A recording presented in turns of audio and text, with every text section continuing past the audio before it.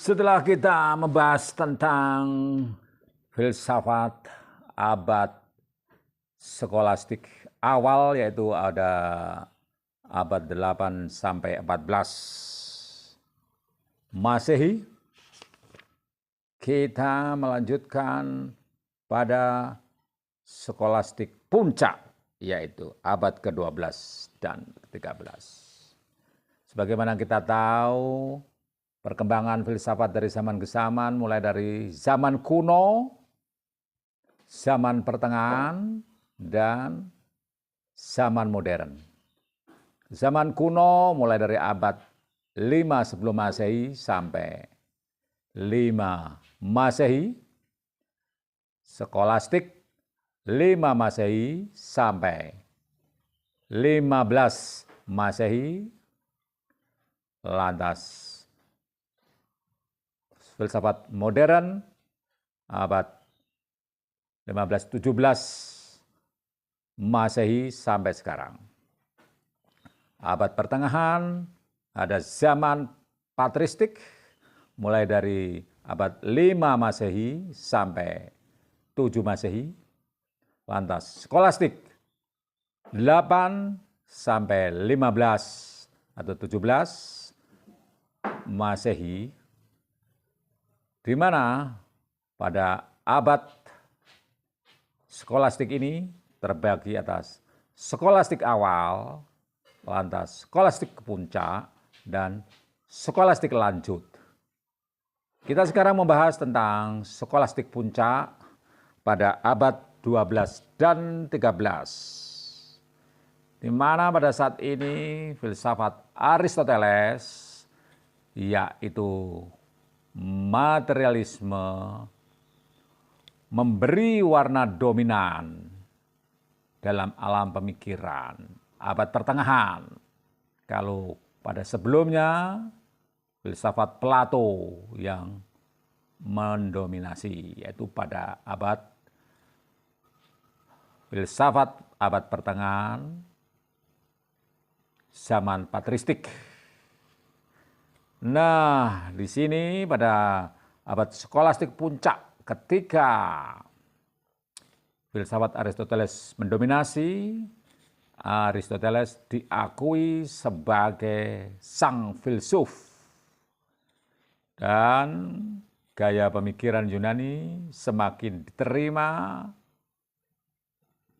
keseriusan mereka mempelajari tentang filsafat meluas, cakrawala berpikirnya ditantang dengan perselisihan dengan filsafat Arab dan Yahudi, yaitu pada masa Perang Salib. Universitas-universitas didirikan di Bologna, Paris, Oxford. Jadi universitas-universitas ini sudah ada pada abad 12. Bologna 1158, Paris 1170, dan Oxford 1200. Dan banyak lagi universitas yang mengikutinya.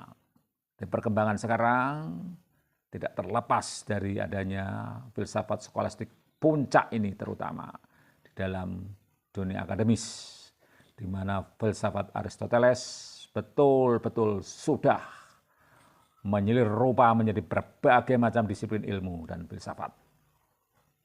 Masih pada zaman ini ada dua golongan rohaniwan atau ordo baru yang saling berhadapan dengan kuat, yaitu ordo Fransiskan yang berorientasi pada filsafat Agustinus dan ordo Dominikan yang memakai gaya filsafat Aristoteles. Yang dimaksud dengan filsafat Agustinus ini adalah filsafat Platonis yang menguat dan mempengaruhi pemikiran filsafat Kristen dengan Bapak Gereja Agustinus ini sebagai filsufnya. Sedangkan ordo Dominikan memakai gaya filsafat Aristoteles. Jadi dicatat Fransiskan dan Dominikan. Pada abad 13 ada sintesis besar dari khasanah pemikiran Agustinus yang merupakan pemikiran Kristiani dipengaruhi oleh filsafat Yunani, Plato, dan Neoplatonisme. Nah, sekarang ada sintesis besar khasanah pemikiran Agustinus ini dengan filsafat Yunani, Plato, Neoplato, dan Aristoteles. Tokoh-tokoh besarnya antara lain Johannes Fidanza alias Bonaventura, Albertus Magnus, dan Thomas Aquinas. Hasil sintesis besar ini dinamakan summa atau keseluruhan. Nah, ini filsafat besar, sintesis dari semuanya sangat berpengaruh pada ajaran Kristen hingga saat ini, yaitu sintesis ajaran Agustinus, Plato, Neoplatonis, dan Aristoteles. Oke saudara, jadi jangan lupakan sejarah ini, bahwa sejarah kekristenan sangat dipengaruhi ada sintesis pemikiran filsafat Kristen ini dengan filsafat Yunani kuno. Nah, jadi menyelir rupa dalam filsafat-filsafatnya Bonaventura 1221 sampai 1257, Albertus Magnus 1206 sampai 1280, dan Thomas Aquinas 1228-1274. Jadi jangan beranggapan bahwa ajaran gereja yang Anda anut sekarang itu merupakan sesuatu yang turun dari langit.